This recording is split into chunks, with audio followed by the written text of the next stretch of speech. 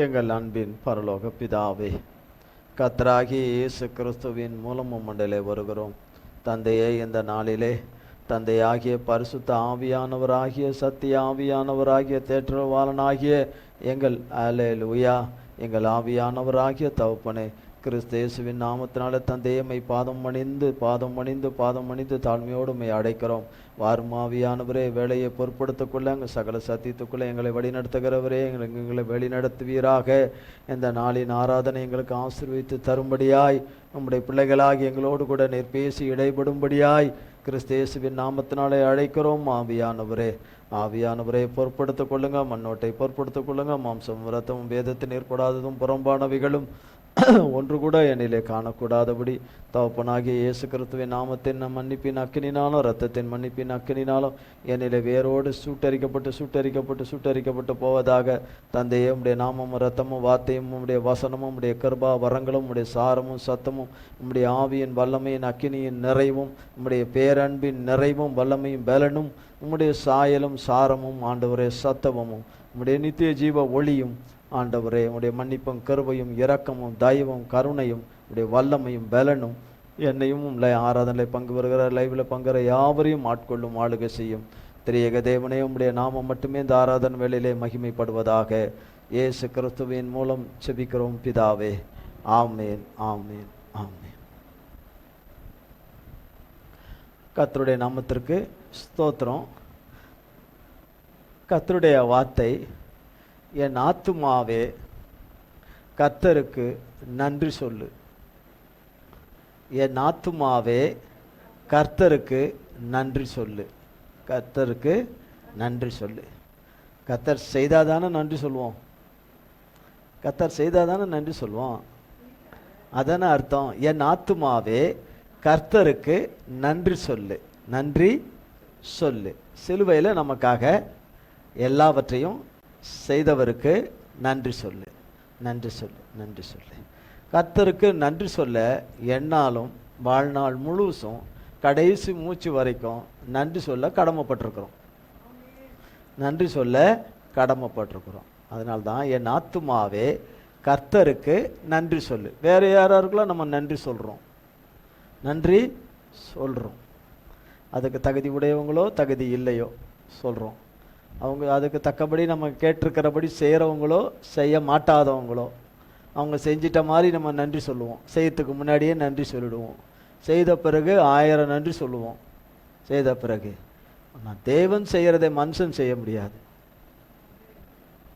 மனுஷனால் செய்ய முடியாது. யாராலையும் எந்த ஆவினாலும் செய்ய முடியாததை தம்முடைய ஆவினாலே செய்கிற கர்த்தர் தம்முடைய ஆத்துமாக்களாகிய தம்முடைய பிள்ளைகளுக்கு, தாம் நேசிக்கும்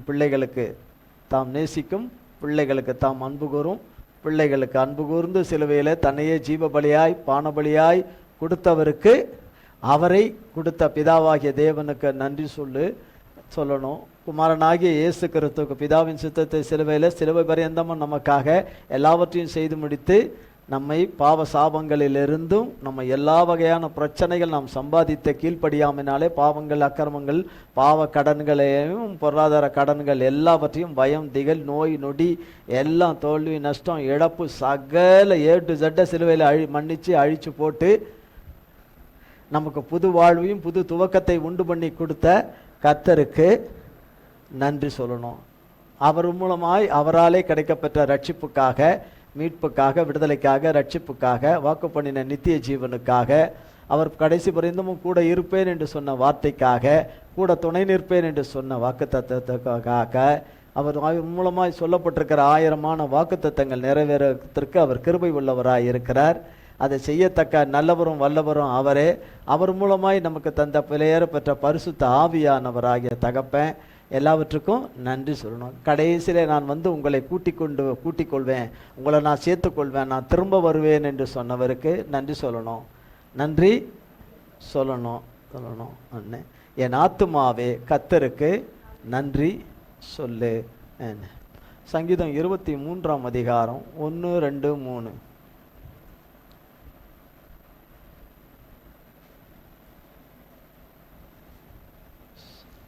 சங்கீதம் 123ஆம் சங்கீதம் சங்கீதம் 23ஆம் சங்கீதம், சங்கீதம் 23ஆம் சங்கீதம் 1, 2, 3. கர்த்தர் என் மேய்ப்பராய் இருக்கிறார், நான் தாழ்ச்சி அடையேன். அவர் என்னை புல்லுள்ள இடங்களில் மேய்த்து அமர்ந்த தண்ணீர்கள் அண்டையில் என்னை கொண்டு போய் விடுகிறார். அவர் என் ஆத்துமாவை தேற்றி தம்முடைய நாமத்தின் நிமித்தம் என்னை நீதியின் பாதைகளில் நடத்துகிறார். கர்த்தர் என் மேய்ப்பராய் இருக்கிறார், நான் தாழ்ச்சி அடையேன். தேஞ்சிக்கிட்டே போகிற மாதிரி இருக்குது, பூமியை விட்டே ஒழிஞ்சு போயிடும் போல இருக்குது என்ற சூழ்நிலையில தான் தாவீது இதை சொல்லியிருக்கிறார். கர்த்தர் என் மேய்ப்பராய் இருக்கிறார், நான் தாழ்ச்சி அடையேன் என்று. அவர் என்னை புல்லுள்ள இடங்களில் மேய்த்து அமர்ந்த தண்ணீர்கள் அண்டையில் என்னை கொண்டு போய் விடுகிறார். தண்ணி எங்கே இருக்குதுன்னாலும் தண்ணி எங்கே இருக்குன்னாலும் இந்த காடுகளில் மற்ற இடங்களில் இருக்கிற அந்த மிருகங்கள் தண்ணியை குடிக்கிறதுக்கு வாயை தான் கொண்டு போய் தண்ணியில் போய் வைக்கும். அது சிங்கமானாலும் சரி, புலியானாலும் சரி, எதுவானாலும் சரி, குடிக்கிறவைகள் எல்லாம் மானானாலும் சரி, குதிரைகளானாலும் சரி, எருதுகளானாலும் சரி, காட்டு எருமைகளாக இருந்தாலும் சரி, எவைகளால் இருந்தாலும் சரி, போய் அங்கே போய் மானானாலும் சரி போய் தண்ணி குடிக்க அங்கே வாயை கொண்டு போய் தண்ணியில் கொண்டு போய் வைக்க போவோம்.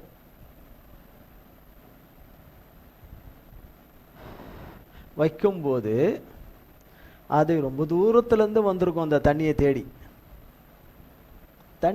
ரொம்ப தூரத்துக்கு வரும். மழை காலங்களில் தண்ணி எல்லா இடத்துலையும் இருக்கும். மழை இல்லாத காலங்களில் குறிப்பிட்ட சில இடங்களில் தான் தண்ணி இருக்கும். அதில் சிலது சேரும் சகதியுமாகவும் இருக்கும். சில இடம் கொஞ்சம் நல்ல தண்ணி இருக்கிற இடம் இருக்கும். அவைகளை தேடி எத்தனையோ கிலோமீட்டர்கள், 50, 100, 200 கிலோமீட்டரு, இப்படி பல கிலோமீட்டர்களை கடந்து அங்கே வந்து தண்ணி குடிக்க வரும். அப்போ அந்த தண்ணி குடிக்க வரும்போது ஒரு பார்வை பார்க்கும். அது சுற்றி அதுக்கு எல்லாத்துக்குமே ஒரு தலைவன் உண்டு. அதுக்கு எந்த மிருகமானாலும் அதை வழி நடத்துறதுக்கு ஒரு தலைவன் இருப்பான். அதுங்களுக்கு அது மேய்ப்ப மாதிரி தலைவன் இருப்பான். அதுக்கு அது ஆணோ பெண்ணோ ஒரு தலைவன் இருப்பான். அவங்க எல்லாரையும் சேஃபாக வந்து சேர்ந்துட்டோமான்னு பார்ப்பாங்க. மட்டும் அந்த தண்ணி இருக்கிற பகுதியை சுற்றி நின்று பார்ப்பாங்க. வேற ஏதாவது துஷ்ட மிருகங்கள் வேற ஏதாவது இருக்குதான்னு, வேற மிருகங்கள் இருக்குதான்னு எல்லாம் பார்த்து எடுத்துட்டு தண்ணியை பார்ப்பாங்க. தண்ணியில் அந்த தண்ணியுடைய அதிர்வுகள் இருக்கா, அதில் ஏதாவது இருக்குதா அப்படின்னு ஒரு பார்வை பார்த்துட்டு அதுக்கப்புறம் அதில் கொண்டு போய் என்ன செய்வாங்க. ஒரு நேரம் அது சக்ஸஸாக இருக்கும், இன்னொரு நேரம் இவ்வளோ தூரம் கடந்து வருவாங்கன்னு ரெடியாக அவங்கெல்லாம் வருவாங்க. அதுவும் இந்த சீசனில், இந்த நாளில், இந்த மாதத்தில் கண்டிப்பாக நாக்கு வறண்டு உயிர் பிழைக்கிறதுக்கு தண்ணியை தேடி நம்ம இருக்கிற இடத்துக்கு வரணும்னு முதலைங்க அதுக்குன்னே மாத கணக்கில் காத்து கிடக்கும். தண்ணிக்கு அடியில் ஒரு சலனம் சத்தம் இல்லாமல் அமைதியாக ஒரு முடக்கு 2 முடக்கு குடிக்க விட்டுடும். அப்போ தான் அது இன்னும் இன்ட்ரெஸ்டாக குடிச்சிக்கிட்டு இருக்கும். கவனம்லாம் அதுக்கப்புறம் தண்ணி குடிக்கிறதுல போயிடும். ஒரே கவ்விடும். ஒரே கவ்வு பட்டுன்னு எத்தனை முதலைகள் இருக்கோ பிடிச்சதுன்னா விடவே விடாது. அவ்வளோதான், இழுத்து கொண்டு டாராக கிழிச்சு எடுத்துரும். டாரா. அப்போ அமர்ந்த தண்ணீர் அண்டையில் கொண்டு போய் விடுகிறது. இதுக்கு வசனம் இருக்குது. இப்போ புல்லுள்ள இடங்கள் தான் வசனம் தான் புல். தண்ணீர் அண்டையில் கொண்டு போய் விடுகிறார். அமர்ந்த தண்ணீர் அண்டையில் கொண்டு போடுகிறார் என்றால் இந்த மாதிரி முதலைகள், இந்த மாதிரியான துஷ்ட மிருகங்கள் இல்லாத இடத்துல தண்ணீர் பருக செய்கிறார். அவருக்கு தெரியும் உள்ள முதல்ல இருக்கா இல்லையான்னு. அவர் கண்ணுக்கு, மிருகங்கண்ணுங்களுக்கு சில அடையாளங்களை வச்சு கண்டுபிடிக்கங்க. ஆனால் அது சில நேரம் கை கொடுக்கும், சில நேரம் கை கொடுக்காது. இங்கே சொல்கிறார், அமர்ந்த தண்ணீர் அண்டையில் என்னை கொண்டு போய் விடுகிறார். அவர் என் ஆத்துமாவை தேற்றி. அதனால தான் ஆத்துமாவே கர்த்தருக்கு நன்றி சொல்லு. கர்த்தருக்கு நன்றி சொல்லு. நன்மையே அல்லாமல் வேற ஒன்றையும் செய்யாதவருக்கு நன்றி சொல்லு. நன்மையில் கொண்டு வந்து முடிக்கிறவருக்கு நன்றி சொல்லு. சமாதானத்தில் கொண்டு வந்து முடிக்கிறவருக்கு நன்றி சொல்லு. மீட்பில் கொண்டு வந்து முடிக்கிறவருக்கு நன்றி சொல்லு. எல்லாவற்றிலும் விடுவிக்கிறவருக்கு நன்றி சொல்லு. விடுவிக்கிறவருக்கு நன்றி சொல்லு. எல்லாவற்றிலும் ரட்சிப்பை கட்டளையிடுகிறவருக்கு நன்றி சொல்லு. கொஞ்சம் கட்டளையிடு, நன்றி சொல்லு அப்படின்னு சொல்லு. நன்றி சொல்லு அப்படி. சங்கீதம் 3ஆம் சங்கீதம் 1-5.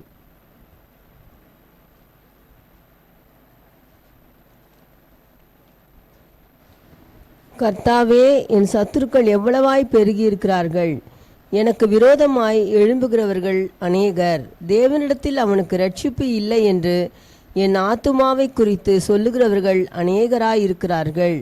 ஆனாலும் கர்த்தாவே, நீர் என் கேடகமும் என் மகிமையும் என் தலையை உயர்த்துகிறவருமாயிருக்கிறீர். நான் கர்த்தரை நோக்கி சத்தமிட்டு கூப்பிட்டேன். அவர் தமது பரிசுத்த பர்வதத்திலிருந்து எனக்கு செவி கொடுத்தார். நான் படுத்து நித்திரை செய்தேன், விழித்து கொண்டேன். கர்த்தர் என்னை தாங்குகிறார். கர்த்தாவே, என் சத்துருக்கள் எவ்வளவாய் பெருகி இருக்கிறார்கள். என் நிழல் உள்பட எல்லாமே சத்ருவா இருக்குது. நிழல் உள்பட சத்ருவா இருக்கு. எனக்கு விரோதமாய் எழும்பியிருக்கிறவர்கள் அநேகர். தேவனிடத்தில் அவனுக்கு ரட்சிப்பு இல்லை என்று என் ஆத்துமாவை குறித்து சொல்லுகிறவர்கள் அநேகராய் இருக்கிறார்கள். என் ஆத்துமாவை குறித்து சொல்லுகிறவர்கள் என்ன சொல்லுகிறார்கள்? அவனுக்கு ரட்சிப்பு இல்லை. கர்த்தர் அவனை மன்னிக்க மாட்டார், அவளை மன்னிக்க மாட்டார், இரக்கம் பாராட்ட மாட்டார், இறங்க மாட்டார், தயவு பாராட்ட மாட்டார், அவங்களுக்கு நன்மை செய்ய மாட்டார், அவங்க பிரச்சனைகளை முடிக்க மாட்டார், அவங்க பயப்படுற காரியத்திலிருந்து அவங்களை விடுதலையாக்க மாட்டார், அவங்களுடைய சிக்கல்களிலிருந்து பிரச்சனைகளிலிருந்து நீங்களாக்கி விடுவிக்க மாட்டார், அவங்க ஜெபத்தை கேட்க மாட்டார், அவங்க கண்ணீரை ஏற்றுக்க மாட்டார், அவங்க உபவாசத்தை அங்கீகரிக்க மாட்டார், அவங்க பாவ கடன்களை மன்னிக்க மாட்டார், அவங்க பொருளாதார கடன்களை மன்னிக்க மாட்டார், அதிலிருந்து விடுவிக்க மாட்டார், அவங்கள அழிவிலிருந்து தூக்கி எடுக்க மாட்டார், அவங்கள பாதாள குழியிலிருந்து தூக்கி எடுக்க மாட்டார், அவருக்கு நன்மை செய்யவே மாட்டார், அற்புதம் செய்யவே மாட்டார், அதிசயம் செய்யவே மாட்டார். அவர்களை கர்த்தர் இனி பயன்படுத்த போவதே இல்லை. அவங்க முடிஞ்சிச்சு, இனிமேல் அவங்களுக்கு ரட்சிப்பே இல்லை என்று சொல்லுகிறவர்கள் அநேகராய் இருக்கிறார்கள் என்று சொல்லிட்டு, ஆனாலும் கர்த்தாவே, நீர் என் கேடகமும் என் மகிமையும் என் தலையை உயர்த்துகிறவருமாய் இருக்கிறீர். ஆதலால் என் ஆத்துமாவே கர்த்தருக்கு நன்றி சொல்லு.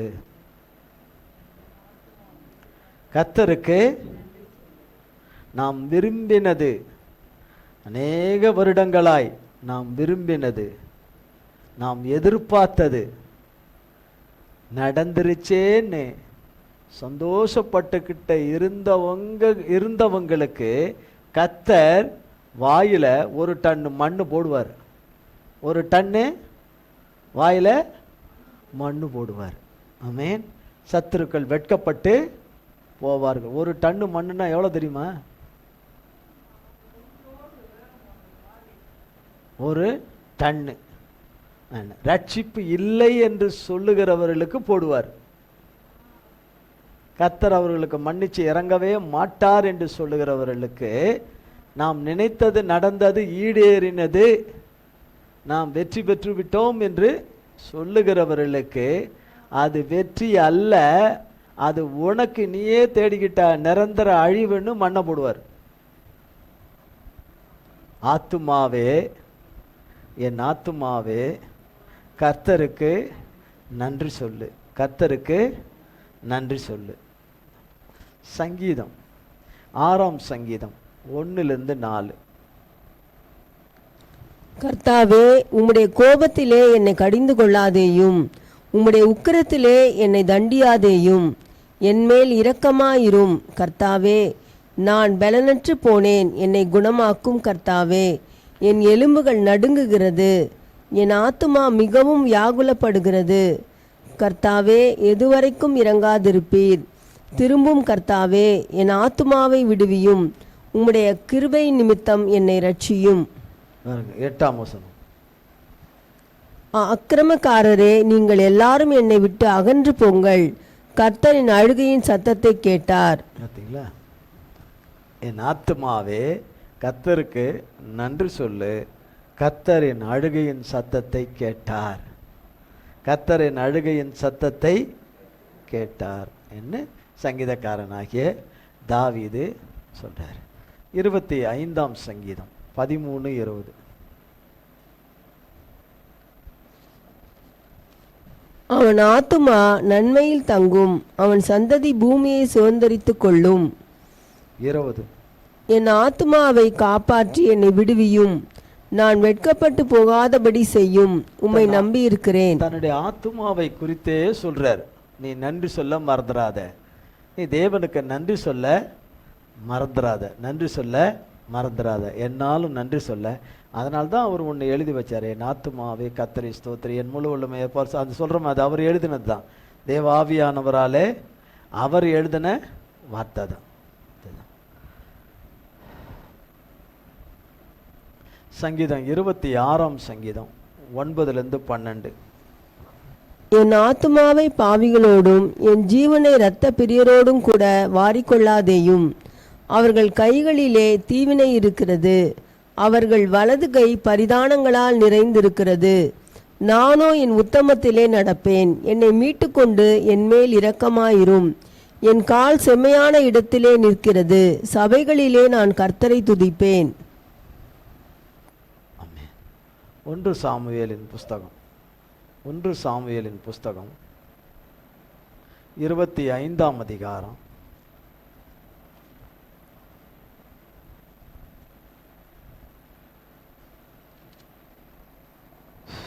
1 39.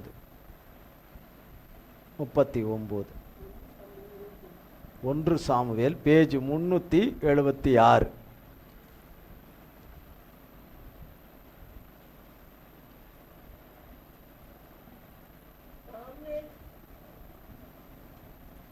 சாமுவேல் மரணமடைந்தான். இஸ்ரவேலர் எல்லாரும் கூடி வந்து அவனுக்காக துக்கம் கொண்டாடி ராமாவில் இருக்கிற அவனுடைய வளவிலே அவனை அடக்கம் பண்ணினார்கள். தாவீது எழுந்து பாரான் வனாந்தரத்துக்கு புறப்பட்டு போனான். மாகோனிலே ஒரு மனுஷன் இருந்தான். அவனுடைய தொழில்துறை கர்மேலில் இருந்தது. அந்த மனுஷன் மகா பாரி குடுத்தனக்காரனாயிருந்தான். அவனுக்கு 3000 ஆடும் 1000 வெள்ளாடும் இருந்தது. அவன் அப்பொழுது கர்மேலில் தன் ஆடுகளை மயிர் கத்தரித்து கொண்டிருந்தான். அந்த மனுஷனுக்கு நாபால் என்றும் அவன் மனைவிக்கு அபிகாயில் என்றும் பெயர். அந்த ஸ்திரீ மகா புத்திசாலியும் ரூபவதியுமாயிருந்தாள். அந்த புருஷனோ முரடனும் திராகிரதனுமாயிருந்தான்.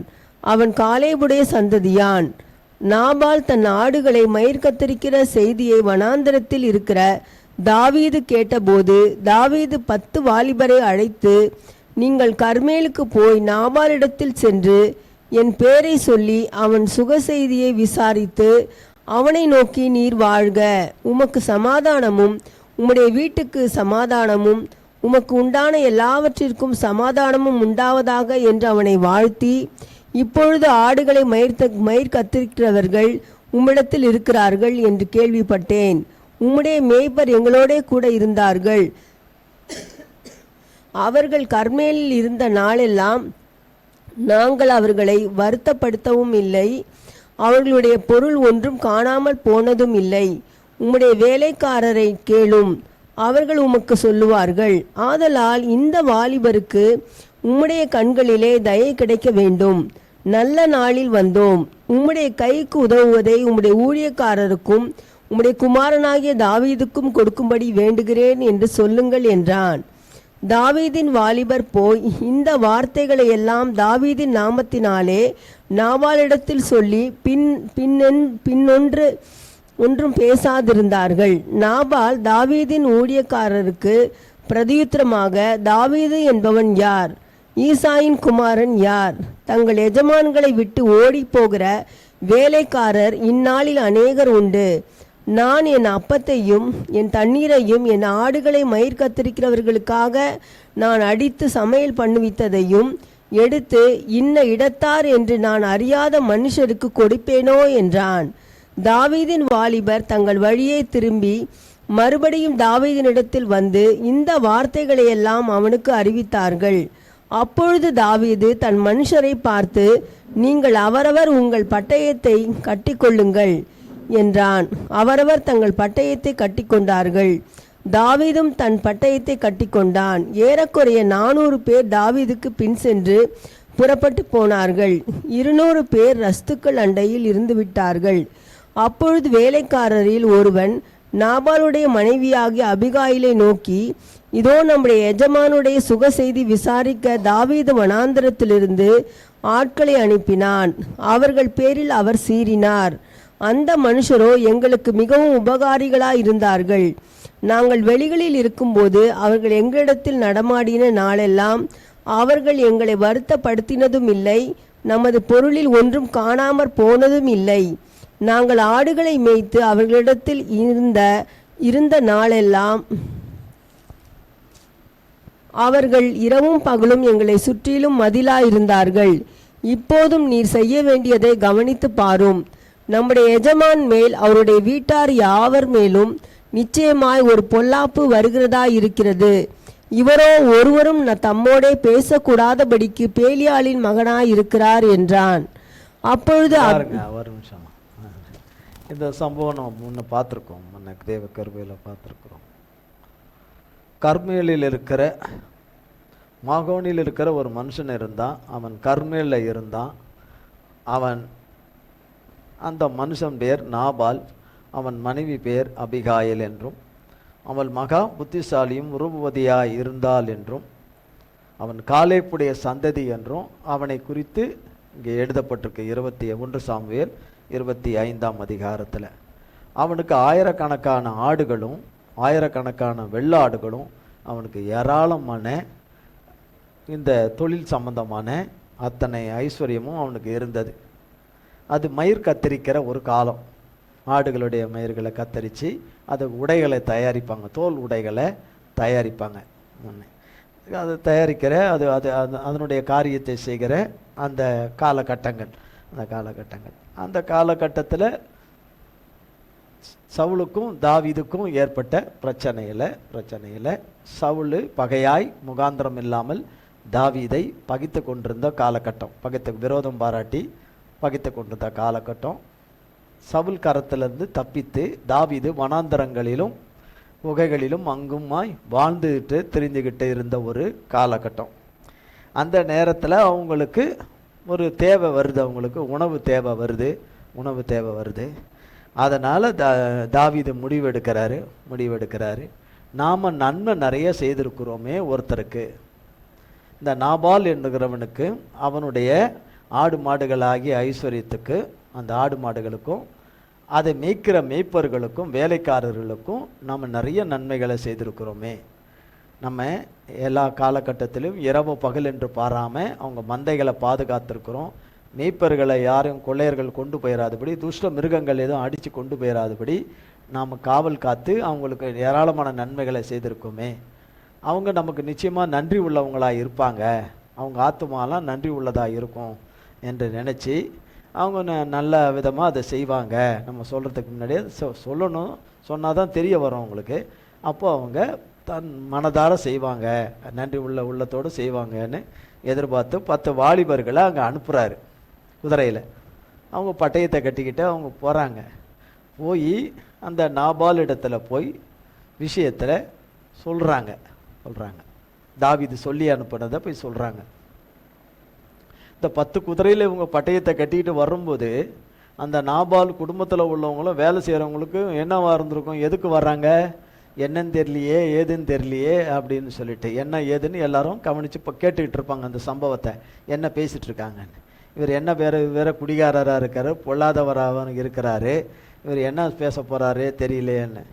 அப்போ அவன் தாவீதினுடைய வாலிபர்கள் சொல்லி முடிச்சிட்டாங்க, தாவீது சொல்கிறத சொல்லி முடிச்சிட்டாங்க. ஆனால் 10ஆம் வசனத்தில் நாபால் இப்படி சொல்கிறார் தாவீதின் ஊழியக்காரரை பார்த்து. அப்போ அவர் என்ன, நம்ம சொல்லிட்டோம் நாபால்கிட்ட, இப்போ அவர் என்ன பதில் சொல்கிறார் பார்ப்போம் அப்படின்னு அவங்க அந்த பதிலுக்காக எதிர்பார்க்குறாங்க. அவர் சொல்கிறார், தாவீதின் ஊழியக்காரருக்கு பிரயுத்தரமாக தாவீது என்பவன் யாருன்னு முதல்ல கேட்குறார். ஃபஸ்ட்டு கேள்வியே அதந்துடுறாங்க.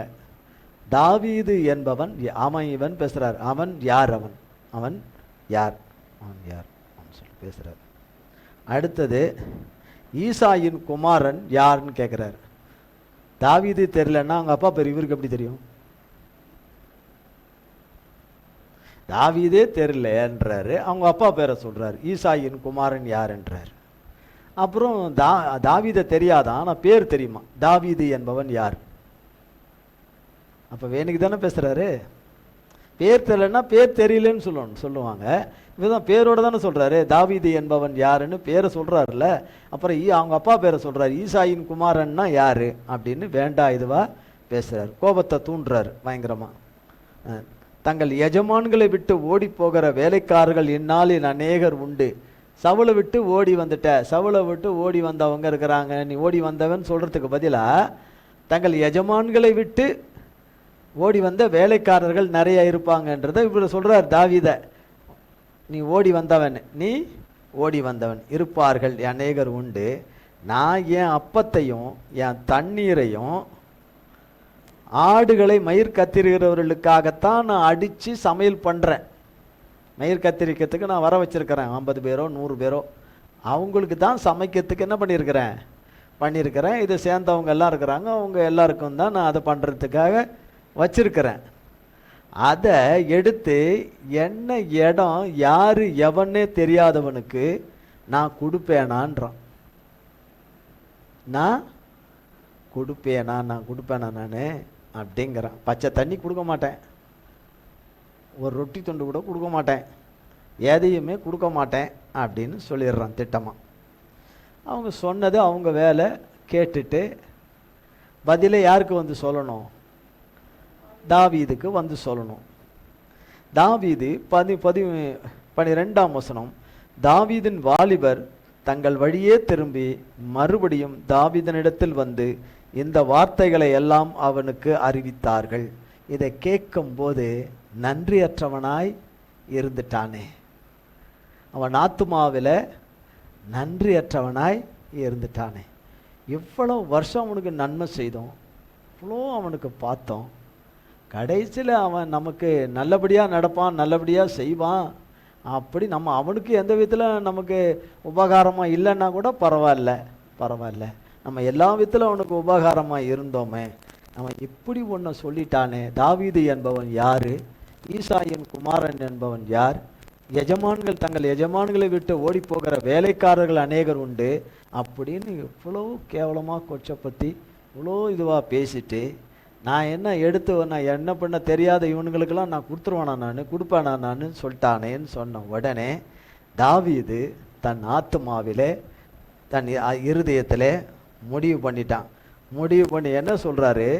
அப்பொழுது தாவீது தன் மனுஷரை பார்த்து, நீங்கள் அவரவர்கள் உங்கள் பட்டயத்தை கட்டி கொள்ளுங்கள் என்றான். அவர்கள் தங்கள் பட்டயத்தை கட்டி கொண்டார்கள். தாவீதும் பட்டயத்தை கட்டி கொண்டான். ஏறக்குறைய 400 பேர் தாவீதுக்கு பின் சென்று போனார்கள். 200 பேரை காவலுக்கு வச்சுட்டு 400 பேர் பட்டயத்தை எடுத்துக்கிட்டு கிளம்பிட்டாங்க.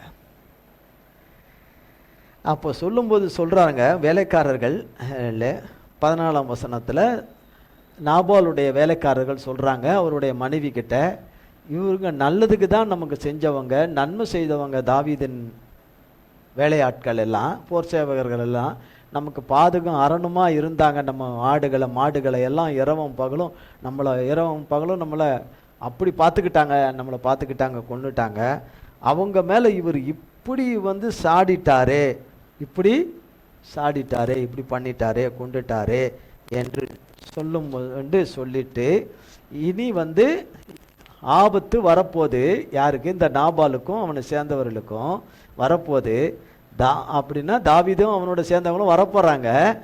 வந்து பட்டயத்தை எடுத்துக்கொண்டு விளாசிர போகிறாங்கன்னு சொல்லிடுறார். இங்கே சொல்கிறாங்க. அதை கேட்ட உடனே அவருடைய மனைவி அபிகாயில் அவர்கள் முடிவு இந்த மனுஷங்கிட்ட எதுவும் கேட்க முடியாது, கொள்ள முடியாது. இப்போ கேட்குற நிலைமையில இல்லை. கேட்டிருந்தா தான் சரியாக பேசியிருப்பாரு. இல்லை, இப்போ இன்னும் குடி அதிகமாக இருக்குது, இன்னும் குடி அதிகமாக இருக்குது. நேரம் இல்லை, தாமதம் பண்ண பண்ண பண்ண அழிவு வந்துடும் என்று துரிதமாக முடிவெடுக்கிறார்கள். 18ஆம் வசனம். அப்பொழுது அபிகாயில் தீவிரமாய் 200 அப்பங்களையும் 2 துருத்தி திராட்சை ரசத்தையும் சமையல் பண்ணப்பட்ட 5 ஆடுகளையும் 5 படி வறுத்த பயற்றையும் வற்றலாகப்பட்ட 100 திராட்சை குலைகளையும் வற்றலான 200 அத்திப்பழ அடைகளையும் எடுத்து கழுதைகளின் மேல் ஏற்றி தன் வேலைக்காரரை பார்த்து, நீங்கள் எனக்கு முன்னே போங்கள், இதோ நான் உங்கள் பின்னே வருகிறேன் என்று சொல்லி அனுப்பினாள். தன் புருஷனாகிய நாபாலுக்கு அதை அறிவிக்கவில்லை. அவள் ஒரு கழுதையின் மேல் ஏறி மலையின் மறைவில் இறங்கி வருகையில், இதோ தாவீதும் அவன் மனுஷரும் அவளுக்கு எதிராக இறங்கி வந்தார்கள். அவர்களை சந்தித்தாள். தாவீது தன் ஜனங்களை நோக்கி, அவனுக்கு வனாந்திரத்தில் இருக்கிறதை எல்லாம் வீணாகவே காப்பாற்றினேன், அவனுக்கு உண்டானதில் எல்லாம் ஒன்றும் காணாமற் போனதில்லை. என்றாலும் நன்மைக்கு பதிலாக அவன் எனக்கு தீமை செய்தான். அவனுக்கு உண்டான எல்லாவற்றிலும் சுவரில் நீர்விடும் ஒரு நாயை முதலாய் பொழுது விடியும் மட்டும் நான் உயிரோடே வைத்தால் தேவன் தாவீதின் சத்துருக்களுக்கு அதற்கு சரியாகவும் அதற்கு அதிகமாகவும் செய்ய கடவர் என்று சொல்லியிருந்தான்.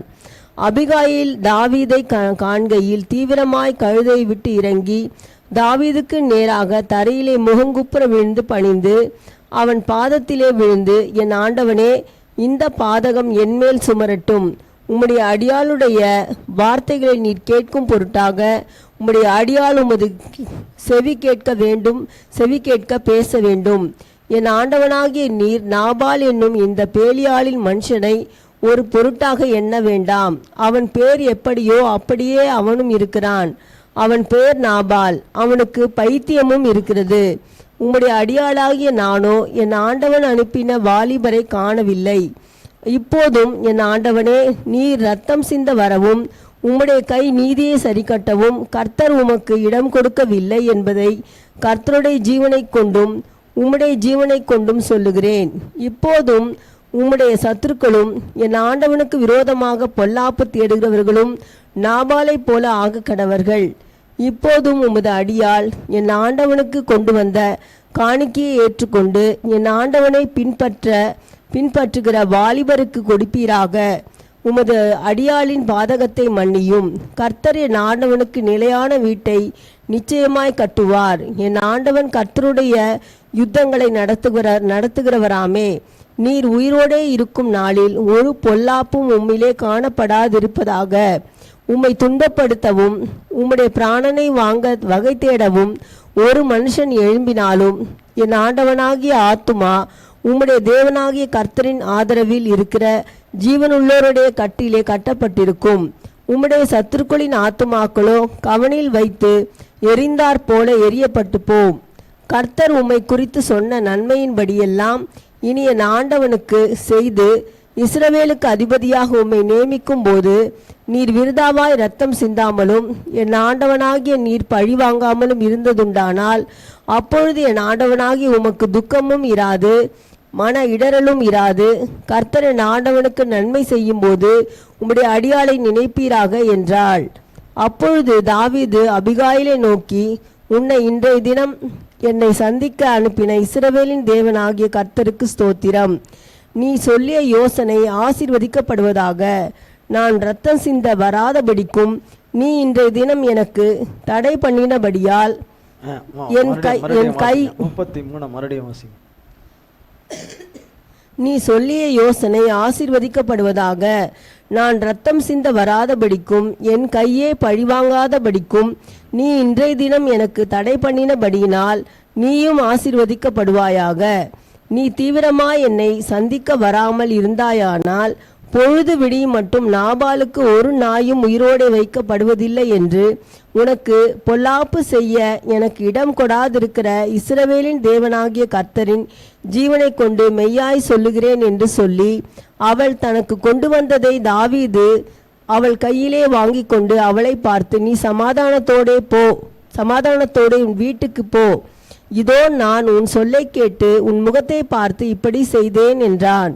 அபிகாயில் நாபாலிடத்தில் வந்தபோது, இதோ ராஜ விருந்துக்கு ஒப்பான விருந்து அவன் வீட்டில் நடந்தது. அவன் இருதயம் களித்திருந்தது. அவன் மிகவும் வெறித்தும் இருந்தான். ஆகையால் பொழுது விடி மட்டும் சிறிய காரியமானாலும் பெரிய காரியமானாலும் ஒன்றையும் அவனுக்கு அறிவிக்கவில்லை. பொழுது விடிந்து நாபாலின் வெறி தெளிந்த பின்பு அவன் மனைவி இந்த வர்த்தமானங்களை அவனுக்கு அறிவித்தாள். அப்பொழுது அவன் இருதயம் அவனுக்குள்ளே செத்து அவன் கல்லை போலானான். கர்த்தர் நாபாலை வாதித்ததினால் ஏறக்குறைய 10 நாளுக்கு பின்பு அவன் செத்தான். நாபால் செத்து போனான் என்று தாவீது கேள்விப்பட்ட போது, என் நிந்தையின் வழக்கை நாபாலின் கையில் விசாரித்து தம்முடைய அடியாளை பொல்லாப்பு செய்யாதபடிக்கு தடுத்த கர்த்தருக்கு ஸ்தோத்திரம். கர்த்தர் தாமே நாபாலின் பொல்லாப்பை அவன் தலையின் மேல் திரும்ப பண்ணினார் என்று சொல்லி.